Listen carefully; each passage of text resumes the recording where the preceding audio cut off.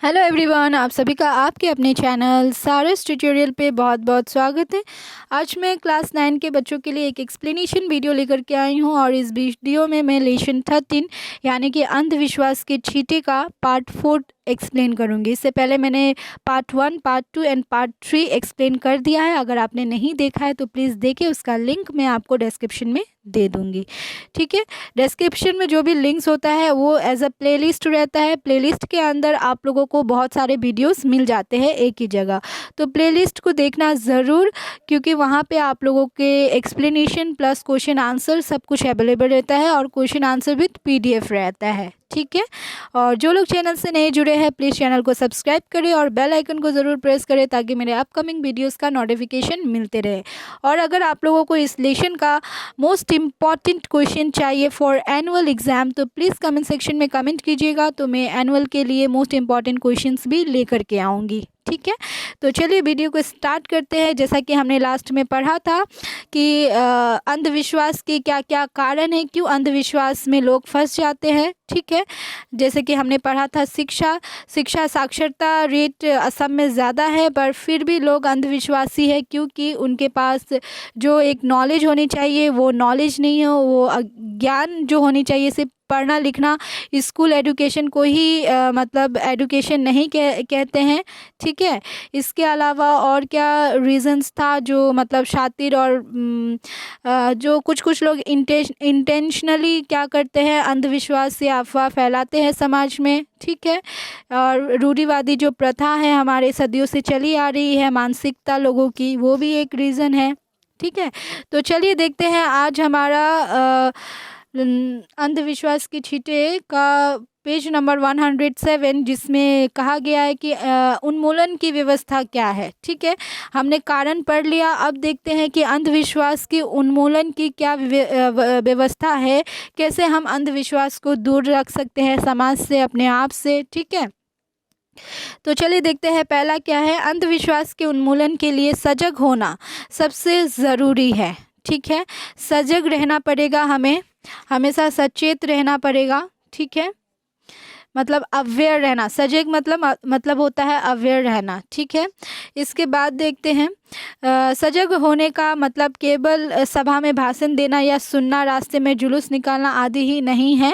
विद्यालय की पाठ्यचर्या में इस विषय को इसलिए सन्निविष्ट किया गया है ताकि विद्यार्थी बचपन से ही यह भलीभांति समझ पाएँ कि अंधविश्वास हमारे लिए कितना हानिकारक होता है।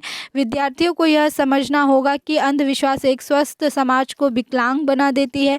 21वीं सदी के एक विकसित समाज को यह आदिम अवस्था के समाज में परिणत कर देता है। विद्यालय तथा महाविद्यालय स्तर के विद्यार्थियों में निबंध प्रतियोगिता अथवा ऐसी ही कुछ अन्य प्रतियोगिताओं का आयोजन करके भी उन्हें सजग किया जा सकता है।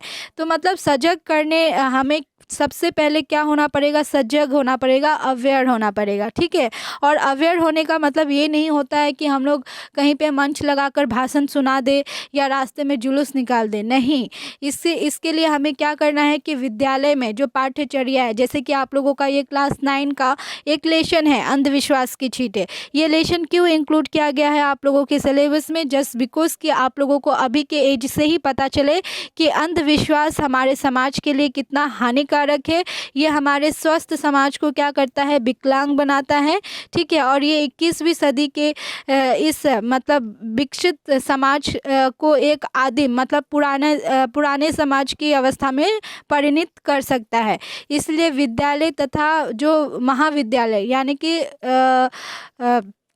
विश्वविद्यालय होता है, जो यूनिवर्सिटीज़ होते हैं, ठीक है, कॉलेज लेवल पे, ठीक है, हमें क्या करना चाहिए, विद्यार्थियों के सामने एक निबंध प्रतियोगिता रखनी चाहिए तथा ऐसे ही कुछ अन्य प्रतियोगिताओं को भी आयोजन करके उन्हें सजग बनाना चाहिए। ठीक है, मतलब कि स्कूल के जो सिलेबस होते हैं उसमें हमें ऐसे पॉइंट्स को इंक्लूड करना चाहिए, ऐसे लेसन्स को इंक्लूड करना चाहिए, ऐसे निबंध को इंक्लूड करना चाहिए जिससे बच्चे अवेयर हो और इन सब चीज़ों से इस एज से ही समझे कि अंधविश्वास जैसा कुछ नहीं होता है और ये हमारे लिए, हमारे सेल्फ डेवलपमेंट के लिए, हमारे सोसाइटी के डेवलपमेंट के लिए एक रुकावट है, तो हमें इनसे दूर रहना चाहिए।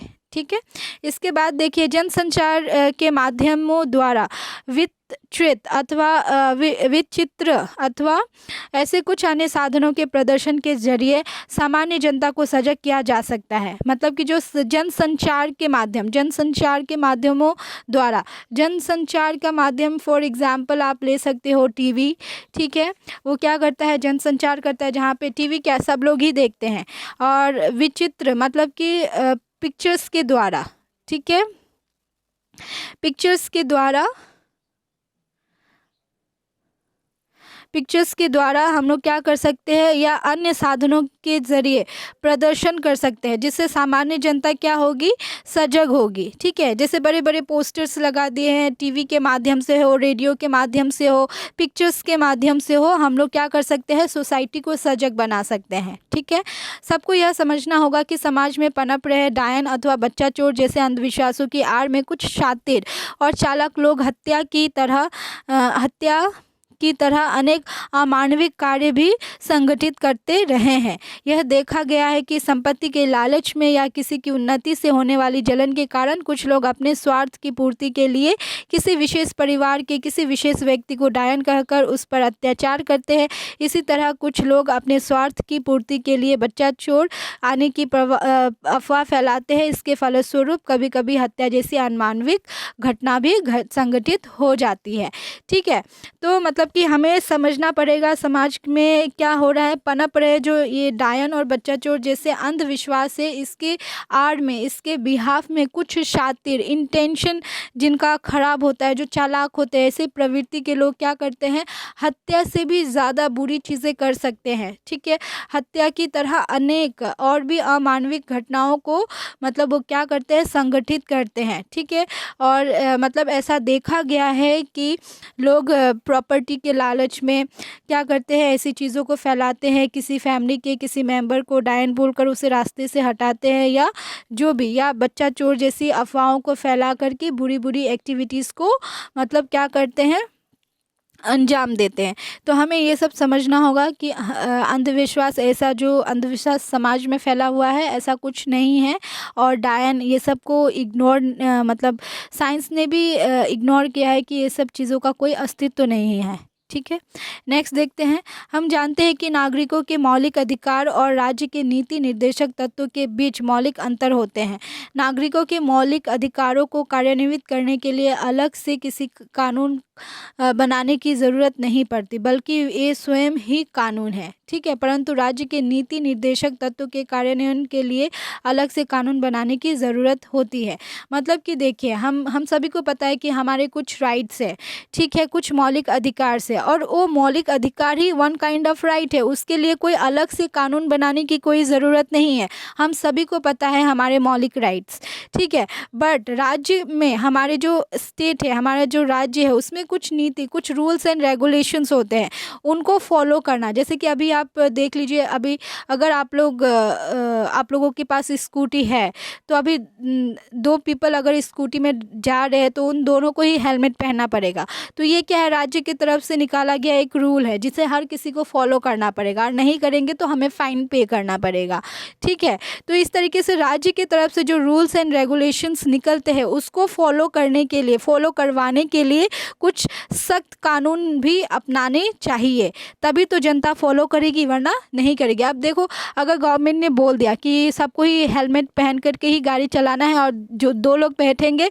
तो दोनों को ही हेलमेट पहनना है, अगर इसे बोलकर छोड़ देती तो क्या जनता फॉलो करती? नहीं करती। बट गवर्नमेंट ने क्या किया, अगर आप नहीं पहनोगे तो आपको फ़ाइन पे करना पड़ेगा, ऑन स्पॉट पे करना पड़ेगा, और 1000 जैसा फ़ाइन है वो पे करना ही पड़ेगा, ठीक है, वरना आपको थाने जाना पड़ेगा।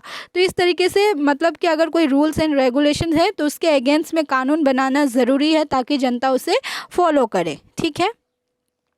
अब तक भारतवर्ष में एक या दो व्यक्तियों पर अनियंत्रित भीड़ के हमले के विरुद्ध कोई विशेष कानून नहीं बना है, ठीक है। परंतु भड़काई गई अनियंत्रित भीड़ का हमला एक अपराध है, और इसे सामान्य घटना के रूप से स्वीकार कर लेना कतई उचित नहीं है। ठीक है, अब देख लीजिए, अब तक भारतवर्ष में 1 या 2 व्यक्तियों पर अनियंत्रित भीड़ के हमले के विरुद्ध कोई विशेष, जो अनियंत्रित भीड़ है, इतने लोग जो जुलूस निकालते हैं और उस जुलूस में मतलब कितने लोग मारे जाते हैं, है ना, उसके अगेंस्ट में कोई लॉज नहीं है। ठीक है, और इस वजह से क्या होता है, वो जो अनियंत्रित भीड़ होती है वो हमला, हाँ, जो अनियंत्रित भीड़ का मीनिंग ये होता है कि नियंत्रण से जो बाहर हो। ठीक है, मतलब हज़ारों की संख्या में लोग हैं, हंड्रेड्स की संख्या में लोग हैं जो कंट्रोल नहीं हो पा रहे। जैसा कि हमने का के समय देखा था, जब का आया था तो हमने देखा था, हमारे असम की ही बात कर रहे हैं कि एनआरसी का जब रूल आया था तो उसके लिए कितने लोगों ने जुलूस निकाला, वो कितने लाखों लोग मतलब इकट्ठा हो कर के प्रोटेस्ट कर रहे थे इसके अगेंस्ट में। ठीक है, तो उन सब के खिलाफ कोई लॉज नहीं बना है। हमें लॉज बनाने चाहिए ताकि कुछ अलग उसके आड़ में कोई गलत एक्टिविटी ना करे। ठीक है, क्योंकि मतलब कि अगर वो उस भीड़ के वजह से किसी का नुकसान होता है और वो चीज़ हम लोग एक्सेप्ट करते हैं तो वही चीज़ हमारे साथ भी हो सकती है। तो हमें उन सब चीज़ों को एक्सेप्ट नहीं करना चाहिए, क्योंकि ऐसे लाखों करोड़ों लोग ऐसे भीड़ लगा करके जुलूस निकालते हैं, प्रोटेस्ट करते हैं, और उसमें क्या होता है, कोई निर्दोष जिसका कोई दोष नहीं होता है, जिसका कोई गिल्ट नहीं होता है, वैसे लोग मारे जाते हैं। तो उसका लॉस किसका होता है, उसके फैमिलीज़ को होता है। ठीक है, अब आगे देखते हैं कि समाज में होते रहे विविध प्रकार के संघर्ष, भड़कते गिरोह के हमले आदि असामाजिक तथा अमानविक कार्यों को रोकने के लिए कानून बनाना अब ज़रूरी हो गया है। डायन या बच्चा चोर से संबंधित घटनाओं को लोगों के अनियंत्रित मानसिक आवेश या किसी गलतफहमी के कारण संगठित सामान्य घटना मानकर छोड़ देना अनुचित कार्य होगा। ठीक है, मतलब कि समाज में क्या हो रहा है, जो विविध प्रकार के संघर्ष हो रहे हैं, भड़कते गिरोह का हमला हो रहा है, असामाजिक या अमानविक जो घटना हो रहे हैं, जो कार्य हो रहे हैं, उस सब के लिए हमें क्या करना पड़ेगा, कानून बनाने की ज़रूरत है। और साथ ही जो ये डायन या बच्चा चोर संबंधित घटनाओं के को लोगों के अनियंत्रित मानसिक आवेश या किसी गलतफहमी का जो शिकार होना पड़ता है और जिसके वजह से कोई घटना हो जाती है, उसके विरुद्ध भी हमें क्या करना होगा, कानून बनाना पड़ेगा, ताकि कोई शातिर प्रवृत्ति के लोग इन सब चीज़ों का फ़ायदा उठा करके किसी बेकसूर के साथ कुछ गलत ना कर सके। ठीक है, अंधविश्वास के मुद्दों को निर्लिप्त रहकर छोड़ देने से मौकापरस्त लोगों का जोश बढ़ता ही जाएगा। ठीक है, और ये जो अंधविश्वास के मुद्दे हैं, इसको अगर हम लोग ऐसे ही छोड़ देते हैं बिना कुछ किए, तो जो लोग ऐसी अफवाहें फैलाते हैं उनका क्या होगा, उनका जोश और बढ़ता ही जाएगा और वो समाज के लिए बहुत हानिकारक सिद्ध होंगे। ठीक है, अब चलिए देखते हैं ध्यान देने की बातें। यह देखा गया है कि डायन की अफवाह फैलने के फलस्वरूप संगठित होने वाली घटनाओं में जिन पर आक्रमण होता है उनमें से 90% महिलाएं होती हैं। बच्चा चोर की अफवाह फैलने के फलस्वरूप होने वाली घटनाओं में जिन पर आक्रमण होता है उनमें से अधिकतर अनजान और दिव्यांग लोग होते हैं।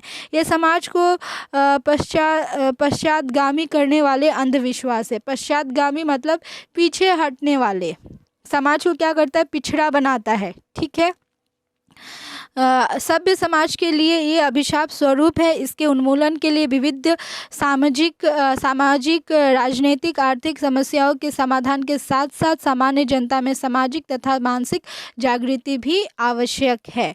ठीक है, मतलब कि यह देखा गया है कि डायन की अफवाह फैलने के फलस्वरूप संगठित होने वाली जो घटनाएं हैं, ठीक है, घटनाओं में जिन पर आक्रमण होता है उनमें से 90% क्या होती है, महिलाएं होती है। और ठीक है, और जो बच्चा चोर की जो अफवाहें होती है उस घटनाओं में जिन पर आक्रमण होता है उनमें अधिकतर लोग क्या होते हैं, अनजान होते हैं या विकलांग होते हैं। तो ये क्या करता है, ये सारी चीज़ें हमारे समाज को पिछड़ा बनाती है, पीछे करती है। तो अगर हमें मतलब एक सभ्य समाज के लिए ये क्या है, अभिशाप का स्वरूप है और इसके उन्मूलन के लिए सामाजिक राजनीतिक आर्थिक समस्याओं को दूर करना पड़ेगा, उसके समाधान पे फोकस करना पड़ेगा और साथ ही समाज के जो सामान्य जनता है, जो साधारण जनता है, उनके बीच सामाजिक तथा मानसिक जागृति भी लानी पड़ेगी। ठीक है, तो ये हमारा अंधविश्वास का एक्सप्लेनेशन वीडियो कंप्लीट होता है। इसका क्वेश्चन आंसर ऑलरेडी चैनल पे अवेलेबल है। और इसके अलावा अगर आप लोगों को कुछ भी हेल्प चाहिए तो प्लीज़ कमेंट सेक्शन में कमेंट करिए और चैनल को सपोर्ट करते रहिए। तब तक के लिए बाय, टेक केयर।